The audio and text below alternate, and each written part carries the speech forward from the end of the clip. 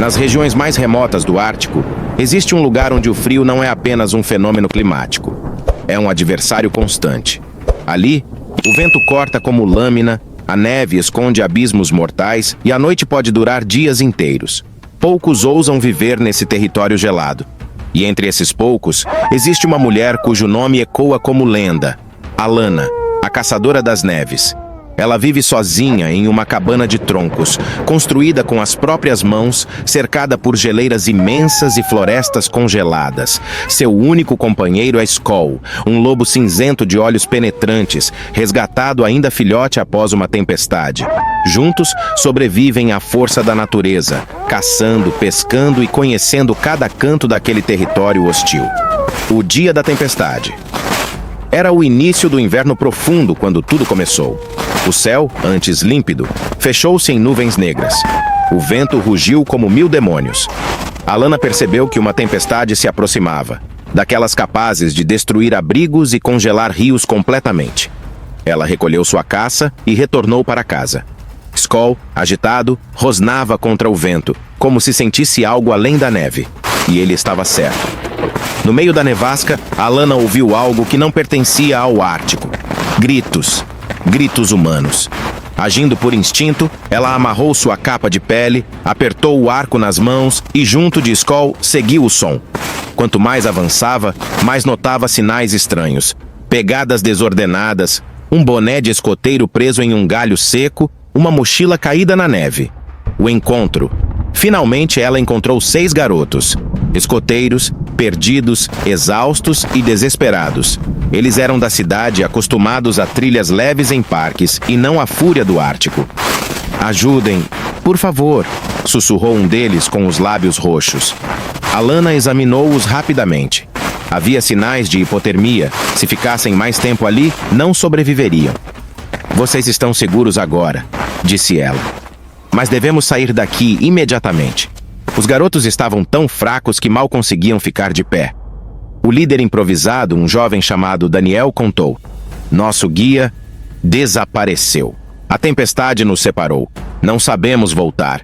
Alanna sabia que procurar o guia naquela tempestade significaria morte certa. Primeiro precisava salvar os meninos. A travessia mortal. A jornada até sua cabana seria longa e perigosa. A tempestade soltava rajadas tão fortes que poderiam derrubá-los. O gelo ocultava fendas profundas. O vento empurrava o grupo para bordas perigosas. Alanna amarrou cordas ao redor dos escoteiros, conectando-os como montanhistas. Skoll seguia à frente, farejando o terreno seguro. A cada passo, dificuldades surgiam. Trechos de gelo rachando sob o peso do grupo, flocos cortantes cegando suas visões, o frio queimando a pele exposta ao medo ameaçando dominá-los. Um dos garotos, Pedro, caiu em uma fenda rasa. Alanna o puxou para fora, arriscando sua própria vida. Em outro momento, o chão tremeu, e o eco revelou uma rachadura próxima pronta para ceder. A caminhada, que deveria durar 1 hora, prolongou-se por 4, talvez 5. O tempo pareceu infinito. Skoll latia sempre que sentia perigo, guiando-os por caminhos menos instáveis. Foi o lobo que evitou que o grupo atravessasse um lago congelado, onde o gelo era fino demais. E entre o caos, algo surpreendente surgia: confiança. Os garotos perceberam que Alanna não era apenas uma sobrevivente. Era uma líder, uma guardiã, a chegada à cabana. Depois de horas de tormento, eles avistaram luz, fraca, mas suficiente para reacender esperanças. A cabana de Alanna surgiu entre as sombras, protegida por árvores e rochedos. Ao entrarem, o choque térmico quase os derrubou. O ambiente estava quente e iluminado pela lareira, onde brasas vermelhas brilhavam como corações vivos. Alanna retirou as roupas congeladas dos meninos, embrulhou-os em peles e preparou uma refeição quente. Misturou carne seca, vegetais preservados e neve derretida em um ensopado espesso. O aroma era tão reconfortante que alguns dos garotos choraram. Skoll, deitado ao lado da lareira, abrigava-se do frio e dava segurança psicológica aos garotos.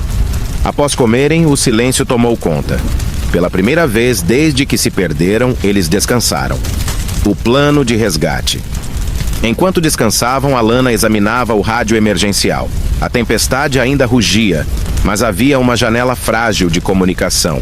Ela chamou pelos guardas florestais. Aqui é a base Ártica Leste. Recebemos sua mensagem. Respondeu uma voz metálica. Tenho 6 escoteiros. Hipotermia moderada, desnutrição. Precisamos de evacuação aérea, disse Alana. O resgate confirmou. Um helicóptero partira assim que o vento permitisse. O amanhecer. Quando o sol, tímido e pálido, surgiu no horizonte, o barulho das hélices ecoou pelo vale. O helicóptero pousou com dificuldade no espaço aberto próximo à cabana. Os guardas se surpreenderam ao ver os meninos vivos. Eles só estão aqui porque essa mulher os trouxe, disse o líder da equipe, impressionado. Os garotos abraçaram Alana, agradecendo entre lágrimas. A heroína do Ártico dias depois, jornais, noticiários e rádios contaram a história da Caçadora das Neves. Uma mulher solitária que enfrentou a tempestade, guiou o grupo, arriscou a própria vida e salvou 6 adolescentes indefesos. Alana virou heroína.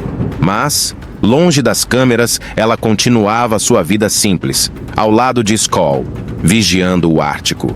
Não por glória, mas por amor à terra gelada que chamava de lar. E assim nasce uma lenda do norte, a Caçadora das Neves, Alana. A mulher que desafiou tempestades, enfrentou a fúria do gelo e provou que coragem e compaixão podem salvar vidas. Em um mundo onde o frio pode matar, ela escolheu proteger. No Ártico selvagem, uma heroína se ergueu.